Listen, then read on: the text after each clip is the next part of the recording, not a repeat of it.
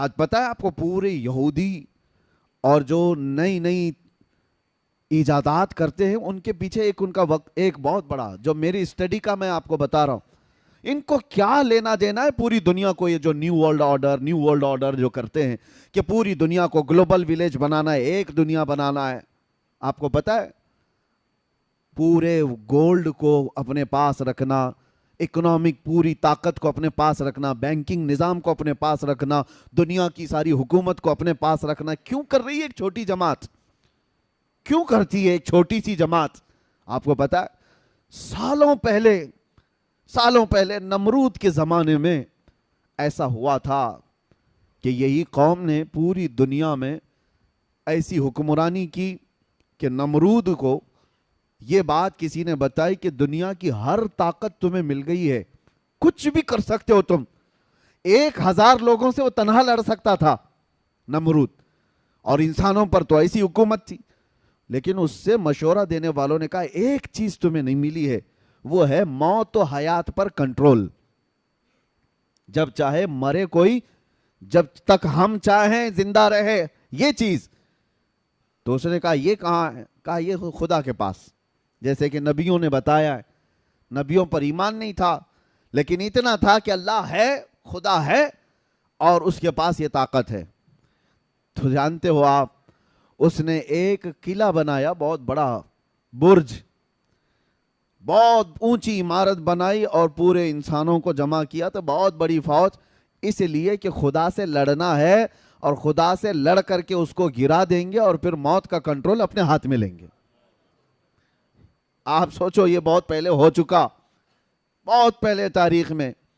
اور اس نے عمارت بھی بنائی اتنی بلند کہ آسمان تک لگنے جائے. اس زمانے میں اتنی تو بلند نہیں ہو سکتی تھی, لیکن بنائے اپنے خیالات کے اعتبار سے. اور انسانوں کو ایک زبان, ایک کرنسی, سب کچھ ایک کر دیا کہ لڑنے کا وقت آئے تو سارے انسان مل کر کے خدا سے لڑیں گے اور یہ پاور چھین لیں گے موت و حیات کا, اپنے حساب سے بانٹیں گے کون کتنے سال جینے والا ہے. ظالموں کو جب زیادہ طاقت ملتی ہے تو خدا بننے کا ایسا ہی غرور آتا ہے. اللہ تبارک و تعالیٰ سے لڑنے کا یہ فیصلہ کیا. یہ اسرائیلی روایات میں موجود ہے آج بھی کہ اللہ نے فرشتوں میں سے ایک فرشتے سے کہا کہ آؤ دیکھو کہ ہمارے ایک بندے نے ہم سے لڑائی کا منصوبہ بنایا ہے. ایک فرشتے کو بھیجا, جاؤ دیکھ آؤ. جبرائیل, میکائیل, اسرائیل, اسرافیل علیہ السلام, بڑے فرشتوں کے نہیں, ایک فرشتے کو. وہ فرشتہ زمین پر آیا اور صرف پر ہلایا تھا تو اس کی پوری عمارت دھس گئی. جتنی فوج تھی وہ سب کے سب موت کا شکار ہو گئی, اور ایک دوسروں کی زبانوں کو مختلف کر دیا گیا. نہ اس کی زبان اسے پتا, نہ اس کی زبان اس کو پتا, سب زبانیں مختلف کر دی گئیں. لیکن ایک پلان تھا, ایک منصوبہ تھا.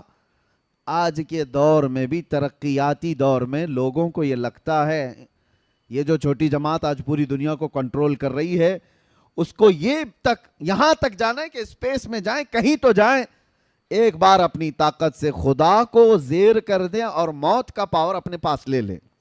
اور قرآن میں رب تعالیٰ نے یہ فرمایا ہے لَن يَخْلُقُوا ذُبَابًا وَلَوِ اجْتَمَعُوا لَهُ, تم سارے انسان مل کر کے ایک مکھی بھی نہیں پیدا کر سکتے, اور مکھی اگر مر جائے تو اسے زندہ بھی نہیں کر سکتے.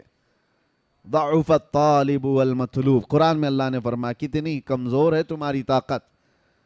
اسی لیے میرے عزیزوں, موت کا ذکر ہم اس لیے کرتے ہیں کہ ہمیں ہماری کمزوری پتہ چلے, ہمیں ہماری حیثیت معلوم ہو, ہم کتنی حیثیت کے ہیں. ایک ٹھوکر لگنے پر موت آ سکتی ہے, اور کبھی کبھار بلڈنگوں سے گرنے والا بھی بچ جاتا ہے. یہ سارا نظام قدرت ہے اللہ تعالیٰ کی طرف سے ہے. اور موت اچھی اور بری کیا ہوتی ہے؟ اچھی اور بری کیا ہے؟ مصلی پر امامت کرتے ہوئے موت آئی, بظاہر بہت اچھی موت ہے. اور اگر کوئی ایکسیڈنٹ میں مر گیا, 40 ٹکڑوں میں ہو گیا, بہت بری موت. لوگوں کے ذہن میں یہ کورونا میں مرنے والوں کو لوگ بیچارے یہی سمجھتے تھے کہ کیا موت ہے بیچاری, 4 لوگ اٹھا نہیں پاتے, ریپ کر دیتے ہیں پلاسٹک میں, اور 4 لوگوں کی نماز پہ اس کو تو دفن کر دیا جاتا ہے, ایسی موت ہے ویسی. نہ, مرنے کے انداز کو دیکھ کر کے موت کو اچھی اور بری آپ کنسیڈر نہیں کر سکتے. ایک بات آپ کو میں بتاؤں, موت اچھی کون سی ہے اور بری کون سی ہے, اور جنازے دیکھ کر کے بھی نہیں. جنازے پھولوں سے سج جائیں, لد جائیں, ہزاروں کی بھیڑ ہو جائے, یہ بھی معیار نہیں, کسوٹی نہیں اچھی اور بری موت کا. اچھی اور بری موت کیا ہے؟ اگر غریب آدمی تنہا بھی مر گیا ہو, ایمان پہ مرا ہو تو سب سے اچھی موت ہے. عشق رسول پہ گیا ہے تو سب سے اچھی موت ہے, اور لاکھوں کی بھیڑ میں کفر پہ مرا ہے تو سب سے بری موت ہے. بھیڑ لاکھوں کی ہو اور کفر پہ موت آئی ہے تو وہ سب سے بری موت ہے. اور ایمان پہ مراؤ, ایکسیڈنٹ ہوا ہو, 40 ٹکڑوں میں بدل گیا ہو, اسے چیل کوے کھا گیا ہو, شیر کھا گیا ہو, آگ جلا دی ہو, پانی نے نگل لیا ہو, کچھ بھی ہوا ہو, ایمان پہ مرا ہے تو اچھی ہی موت مرا ہے. یہ بات یاد رکھیں آپ. ایمان پہ مرا ہو, عشق رسول کے ساتھ گیا ہو, وہ اچھی موت ہے.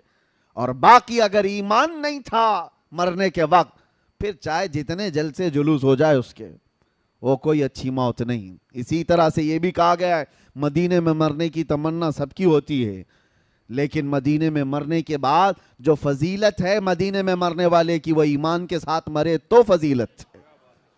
ورنہ منافقین کو جنت البقیع سے نکال کر پھینک دیا جاتا ہے. یہ بھی بات یاد رکھو آپ. ایمان کی حالت میں جو دنیا سے گیا اور مدینے میں مرا ہے, ارے اس کے کیا کہنے ہیں. ارے وہ قیامت کے دن مومنین کی شفاعت کرے گا. میرے آقا صلی اللہ تعالی علیہ وسلم نے فرمایا جنت البقیع کے اس قبرستان سے 70,000 لوگ ایسے نکلیں گے قیامت کے دن جن میں سے ہر میت 70,000 کی شفاعت کرے گی. وہ فضیلت ہے ان کے لیے, لیکن وہ ایمان کے ساتھ گیا ہو, عشق رسول کے ساتھ گیا ہو. اور اسی لیے ہم تمنا بھی کرتے اللہ تعالیٰ اللہم ارزقنا شہادتاً فی سبیلک و موتاً فی بلد حبیبک. اے اللہ تیرے راستے میں ہمیں شہادت عطا فرما اور تیرے نبی کے شہر میں موت عطا فرما. اچھا, ایک صاحب نے مجھ سے سوال کیا تھا کہ شہادت کی بھی طلب کرتے ہیں اور موت مدینے میں بھی, تو اس کا مطلب ہے جنگ ہونا چاہیے مدینے میں. جنگ ہوگی, لوگ ماریں گے تب شہید ہوں گے. مدینے میں جنگ ہوگی, آپ لڑیں گے, آپ کو مارا جائے گا, آپ شہید ہوں گے, تب مدینے میں موت ہوگی. دونوں چیزیں ایک ساتھ کیسے آئیں گی کہ اللہ تیرے راستے میں شہادت عطا کر اور موت مدینے میں عطا کر, اس کا مطلب جنگ مدینے میں ہونا چاہیے. سوال مجھ سے یہ کہا, لیکن میں آپ کو بتاتا ہوں میرے عزیزو, ہر شہادت جنگ سے ہی نہیں ہوتی. جو جنگ میں مر جائے صرف وہی شہید نہیں, وہ شہید حقیقی ہے. لیکن اللہ کے نبی صلی اللہ تعالی علیہ وسلم نے شہید کی اور بھی اقسام بیان فرمائی ہیں. ہاں, جو ظلمن مارا گیا وہ بھی شہید ہے, لیکن کئی حادثے ایسے ہیں جس میں انتقال کیا ہوا وہ بھی شہید ہے. اور کتنی بڑی پیاری بات ہے, یہاں پر شہزادہ مصنع میاں موجود ہیں اور حضور مصنع میاں رحمۃ اللہ تعالی علیہ, جن کو یہ دعا کا مصداق کہا جا سکتا ہے کہ اللہ نے ان کو شہادت بھی عطا کی اور موت بھی مدینے میں عطا کی. دونوں چیزیں ملی ہیں. ایک ہے نیچرل ڈیتھ, طبعی موت ہوئی ہو, لیکن ایک ہے حادثاتی موت. کچھ حادثے ایسے ہیں جس پر اللہ کے رسول نے فرمایا اسے شہادت کا مقام ہے. تو شہید بھی ہوا ہو مدینے میں اور مدینے میں موت بھی ملی ہو, یہ بہت کم لوگوں کو ملتا ہے, بہت ریئر ہے. اللہ تبارک و تعالیٰ وہ قسمت ہمیں عطا فرمائے. میرے عزیزو, موت کا تذکرہ میں صرف آپ کے سامنے اس لیے کر رہا ہوں کہ یہ کسی کو وقت نہیں دیتی, کسی کو مہلت نہیں دیتی. اسی لیے آپ یہ مت سمجھنا کہ عمر ہو جائے گی, بعد میں بچے جوان ہوں گے تو میں داڑھی رکھ لوں گا, نماز کا پابند بن جاؤں گا. ارے 17 سال کے جنازے نہیں جاتے ہیں کیا؟ 18 سال کے جوانوں کے جنازے نہیں دیکھتے؟ بچوں کے بھی جنازے جاتے ہیں. موت کی کوئی عمر نہیں ہے. ہاں, جس کو بڑھاپا مل گیا وہ نعمت ہے, سب کو نہیں ملتا بڑھاپا. جس کو بڑھاپا مل گیا اور وہ بھی اسلام پہ ملا ہے, اس کے لیے وہ نعمت ہے. بعض لوگ یہ کہتے ہیں نا, ارے بڈھا ہو گیا اب مسجد نہیں جائے گا تو اور کیا کرے گا, کام دھندا کیا ہے؟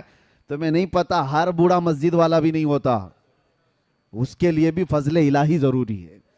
ہر بوڑھا نہیں ہے مسجد کا کتنے بوڑھے تو 80 سال کے ہو گئے ابھی روز بلیڈ مار رہے ہیں, ان کو ابھی جوان بننے کا شوق ہے روز. اور وہ بوڑھا جس کے بال سفید ہو گئے, حدیث پاک میں اللہ تعالیٰ فرماتا ہے, حدیث قدسی, اللہ فرماتا ہے ایسے بوڑھے کو عذاب دینے میں مجھے حیا آتی ہے, جس کا بڑھاپا اسلام پہ ہوا ہو. لیکن یہ بڑھاپا سب کو نہیں ملتا کہ ہر کوئی بوڑھا ہو کے مرے گا, کتنے تو جوانی میں چلے گئے. قاری خورشید صاحب امامت کر رہے تھے, مشکل سے شاید ان کی 50 کے آس پاس کی عمر ہوگی, 48 سال کی عمر, جبکہ نظام یہ بتایا گیا 40 سال کے بعد جوانی شروع ہوتی ہے پہلے. اور قرآن پاک میں جو اللہ تبارک و تعالیٰ نے فرمایا ولما بلغ اشدہ, یعنی یہ جو شدت والی جوانی اس کو 40 سال کا گیا. آپ تمامی حضرات سے میں ایک بات یہ کہوں گا کہ موت کی کوئی عمر نہیں ہے, تو پھر کس بات کے انتظار میں ہو کہ کب کریں گے, کل کریں گے, پرسوں کریں گے. جو بات تمہیں بعد میں اچانک آنے والی ہے اس کے لیے پہلے سے تیار ہونا چاہیے.